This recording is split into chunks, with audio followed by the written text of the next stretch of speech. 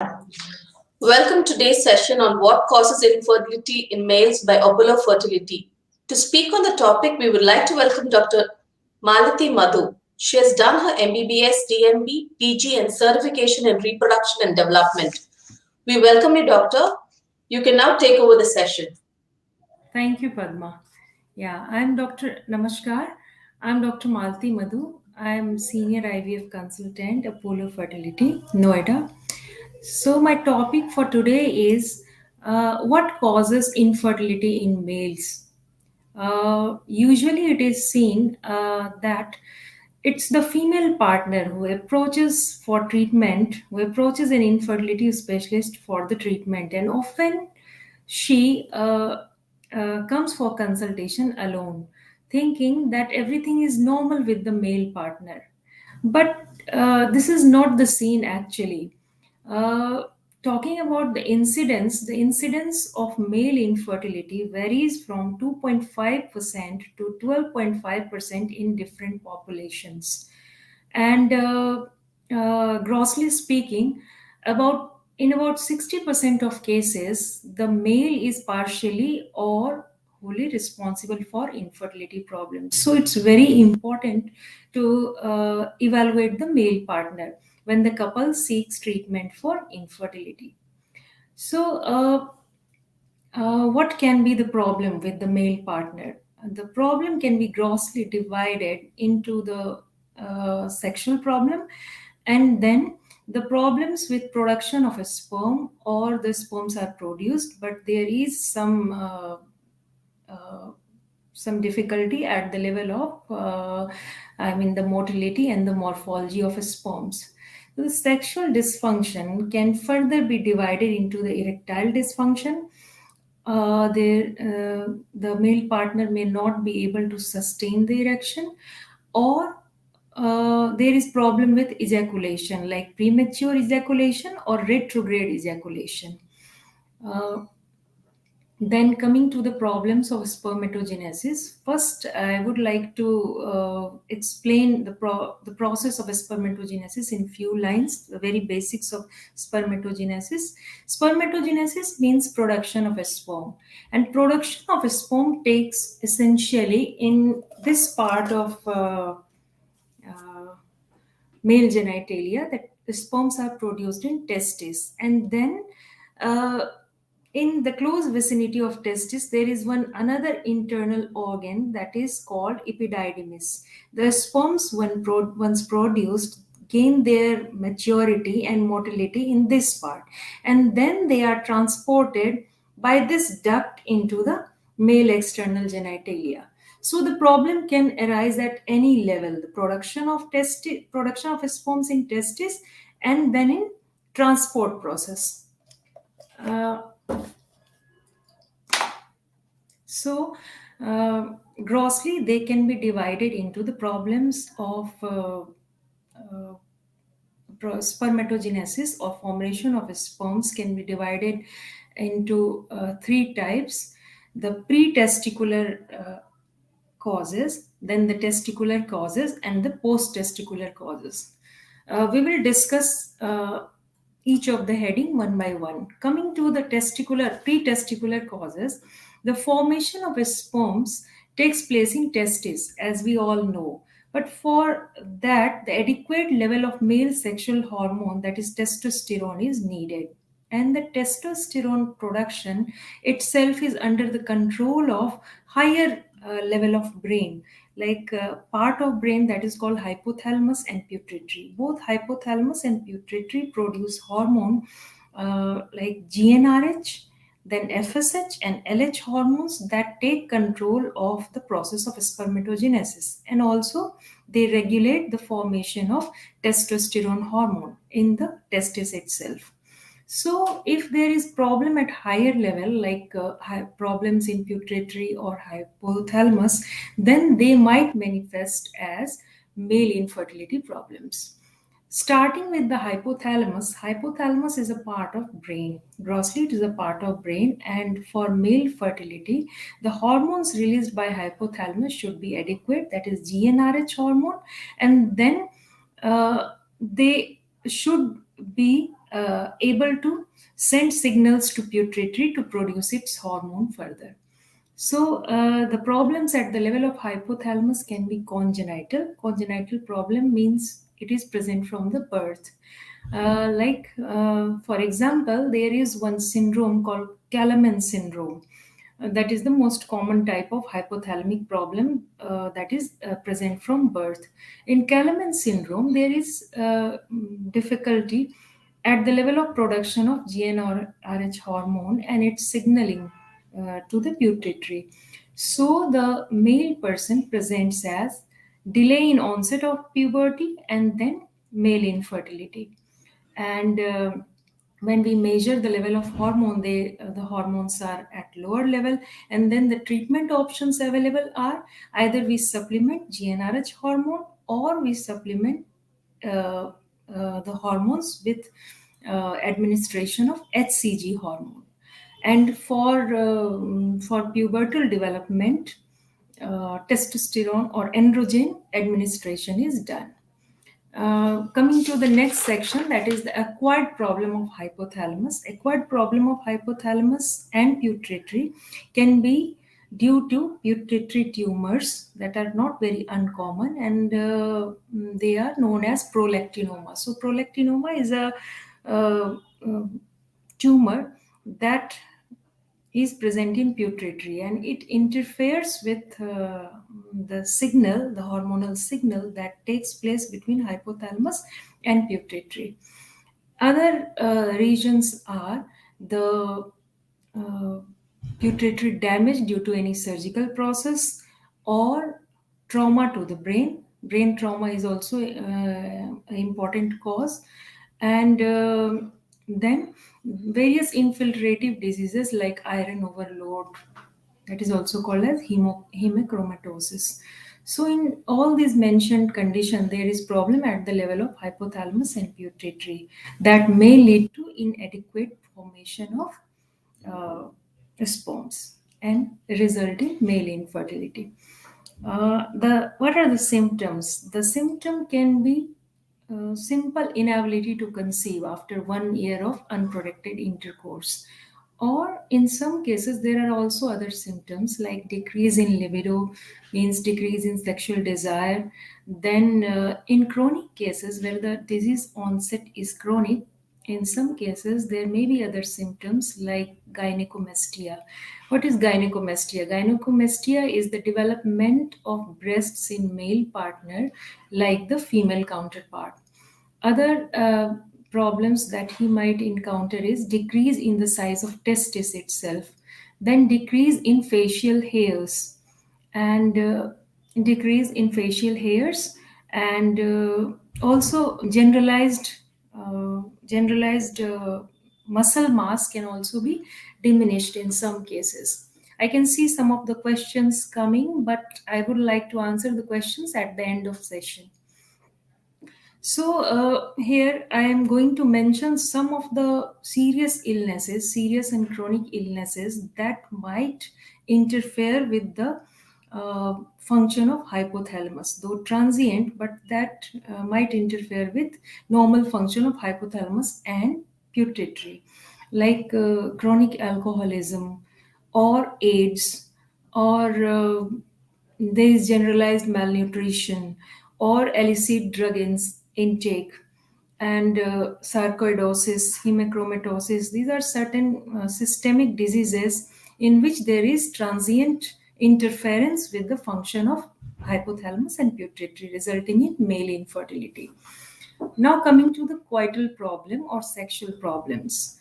The sexual problems can be divided into the erectile dysfunction and the problem with ejaculation. The problems with ejaculation can further be either the retrograde ejaculation or premature ejaculation or the absence of ejaculation totally. So the full andrological workup is required to know that what is the cause of erectile dysfunction, whether it is psychosexual in some cases, or it is neurological or vascular in origin, and it is treated accordingly. In most of the cases, medical treatment is enough for that and might help the male partner. In Retrograde ejaculation. What is retrograde ejaculation? In retrograde ejaculation, after the sexual intercourse, the usual phenomena is that the sperms travel uh, from, this part of epididymis to through the vas deferens and ejaculatory duct into the external genitalia. But what happens in retrograde ejaculation, that instead of coming out because of some problem, it goes backwards into the bladder. So how it is diagnosed? It is diagnosed by a simple semen analysis. Like when we do semen analysis, we don't find any sperms, but when we examine post masturbation sample of urine, then we are able to find the sperms in the urine sample. So that way, retrograde ejaculation is diagnosed. And what are the treatment options? And what is the cause behind retrograde ejaculation? There are some cases of uncontrolled diabetes mellitus in which retrograde ejaculation takes place. Also, if there is any surgery, extensive surgery of the bladder neck, or there has been any spinal cord surgery or history of multiple sclerosis, in all those cases, retrograde ejaculation can take place and result in male infertility. So, what are the treatment options? The treatment options are either to take sperms. Sperms are retrieved directly from the testis, and those retrieved sperms can be used for IVF-AT. Or another option is to extract the sperm from the urine, from the bladder, and then those sperms are used for ART processes. And then there is premature ejaculation, and for premature ejaculation also medical treatment is available. Then coming to the next section, that is testicular causes of male infertility. As we all know that the function of testes is vital to the production of sperms and their proper functioning. So uh, testicular cause can be also divided into those present from the birth and those that are acquired after birth. So the condition that is present from birth is either the genetic causes like Klinefelter syndrome or Y chromosome microdeletion, very important cause for testicular dysfunction. And then also undescended testis. Undescended testis or cryptorchidism is a condition in which the testes are not descended in the scrotum. As we all know, the normal position of the testes are inside the scrotum. But there are some cases in which at the time of birth, the testes are not descended into their normal position, that is scrotum. They are located inside the abdomen or in groin. So how do we diagnose such condition? On physical examination, if the testis is not palpable, then we take the help of ultrasound examination or MRI and detection, that it is detected that whether it is in which location the testes are present.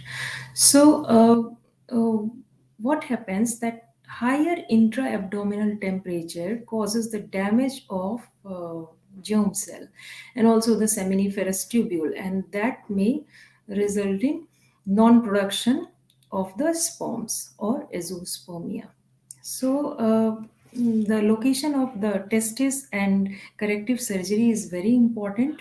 If it is detected before puberty, then the corrective surgery is done, and it is generally assumed that by that time spermatogenesis is not affected much if the surgery is done at time.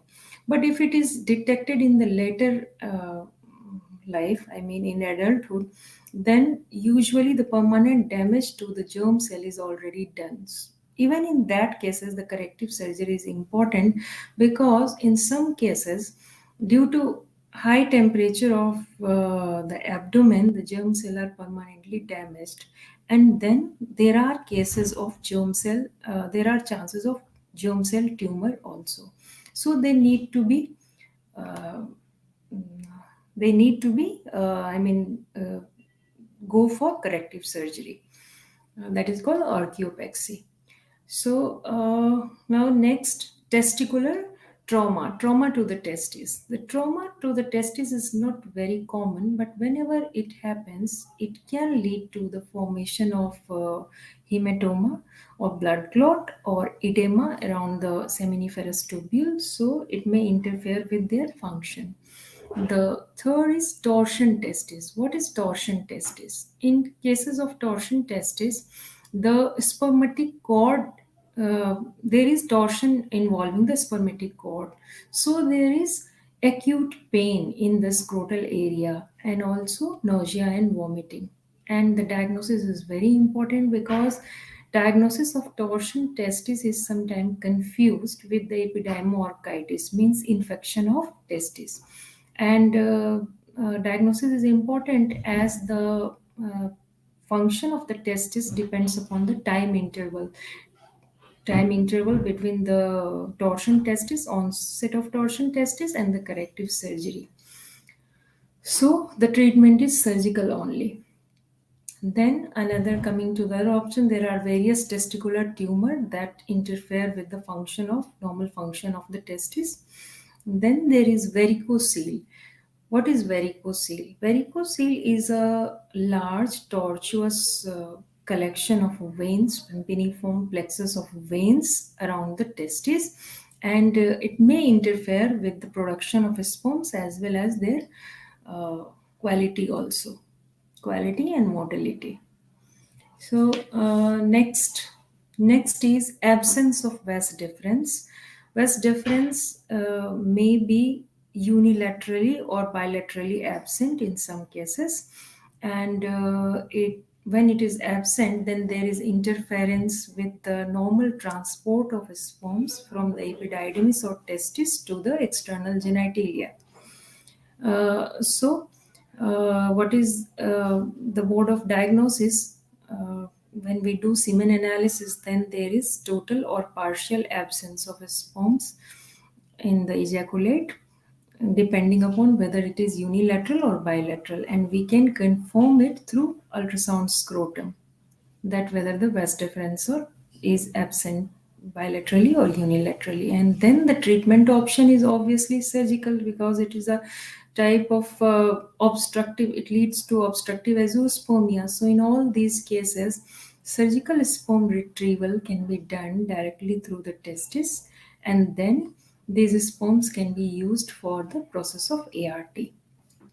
So next is the post-inflammatory or post-inflammatory changes in the testis. There are certain infections. The most common one is mumps. If there is any history of bilateral mumps in the individual, then it might lead to the male infertility. In almost 25% of cases, especially if the mumps orchitis is bilateral, then it can lead to the male infertility.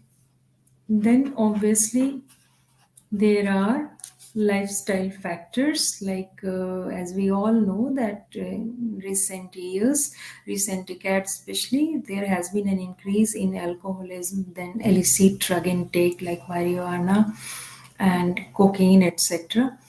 Also anabolic steroids, and there has been changes in smoke, in lifestyle factors like sitting for many hours continuously in front of laptops that might lead to increase in local temperature of around the testis and interfere with process of spermatogenesis. Then also obesity, the problem of obesity has increased and it can interfere with the testicular function. And now, coming to the post-testicular causes, we all know that once the sperms are produced in testis, then they are transported from the testis to the epididymis and then to the external genitalia. So, if there are obstructions at any level, like in the epididymis, as a result of infection of epididymis or epidermoorchitis, or at the level of vas deferens as a result of vasectomy operation, or Sometimes the vas difference is damaged due to hernia or hydrocele repair operations. And also the ejaculatory duct obstruction that may result from urethroprostatitis. So in all such cases, there may be problem with the uh, problems of male infertility that may result. So, what is the treatment option? The treatment is based upon the cause itself. If they are surgically correctable and there is no other problem of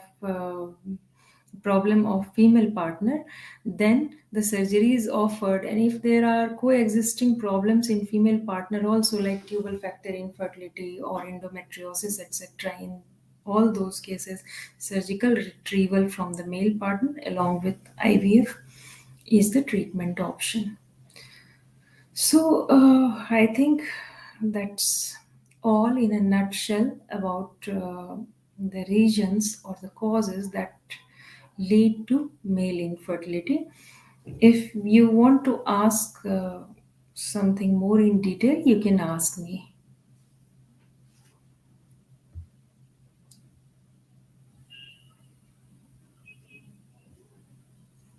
So I'm coming to the questions one by one.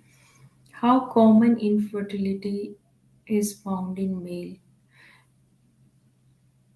Grossly speaking, in one third of the cases, only the female partner is responsible. In another one third, male partner is responsible, and in the remaining one third, there are contributory factors from both of the partners. So, almost 60% of the cases, male is at least partially responsible for infertility.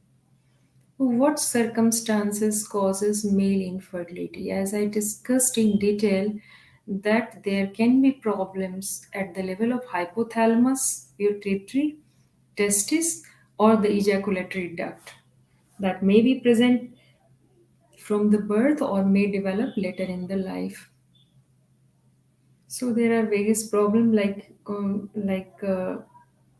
genetic cause, then trauma testis, then torsion testis, undescended testis, and various infections like tuberculosis, mumps, and then the systemic diseases also.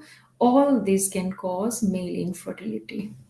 Also, lifestyle factors like excessive smoking, alcoholism, illicit drug intake, obesity, etc. All these are contributing factors to the male infertility. Can male infertility be genetically transferred? That is the next question. Yes, very important questions. There are uh, some of the congenital genetically inherited diseases like Y chromosome microdeletion that in some cases can be genetically transferred to the offspring. So genetic counseling can is very important part of treatment in such cases. Does male infertility commonly decline after a particular age? At what age does it reflect the most? Usually, uh, it is understood that if the age is male partner's age is more than 35 years and they are not able to conceive even after 1 year of unprotected intercourse, they should consult a doctor.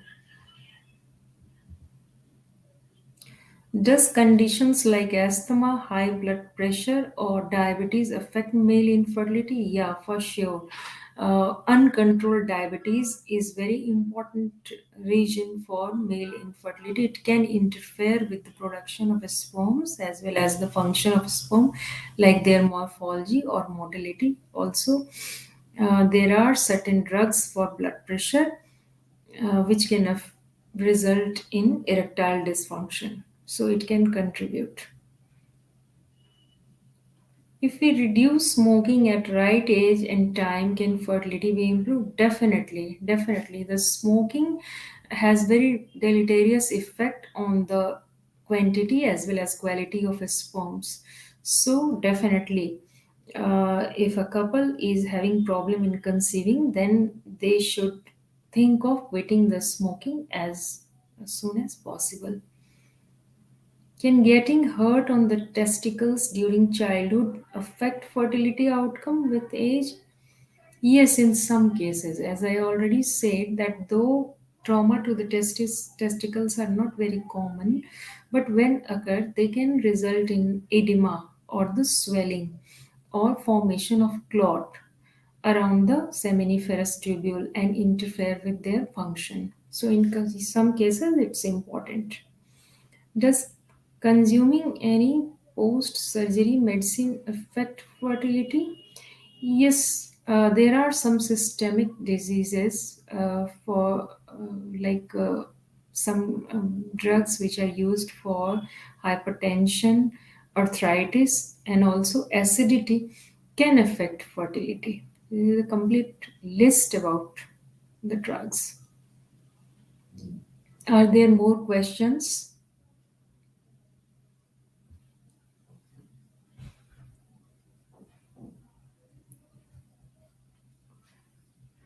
So, to summarize, with the male evaluation of the male counterpart is very important, as in about 60% of cases, male is at least partially responsible. The another fact is that usually there are no specific symptom. There will be the simple inability to conceive after 1 year of unprotected intercourse. In some cases, there may be problems with the sexual desire or erectile dysfunction or pain in the testicles or a mass in the testicle. In all these cases, they should uh, visit a doctor who can examine them. The male infertility diagnosis of the male infertility is very easy. It can be done by a simple semen analysis, and when needed, then some hormonal evaluation. And treatment option, in last 2 decades especially, there has been really significant advancement in the field of male infertility. So, if there is obstruction in the genital tract that is preventing the sperms from coming out, then surgical sperm extraction, and then those sperm can be used for IVF ET procedures. For other sexual problems like erectile dysfunction or infection or uh, problems of ejaculation, multiple medical treatments are available that are quite effective. So that's all about, the basic information about the male infertility. Thank you.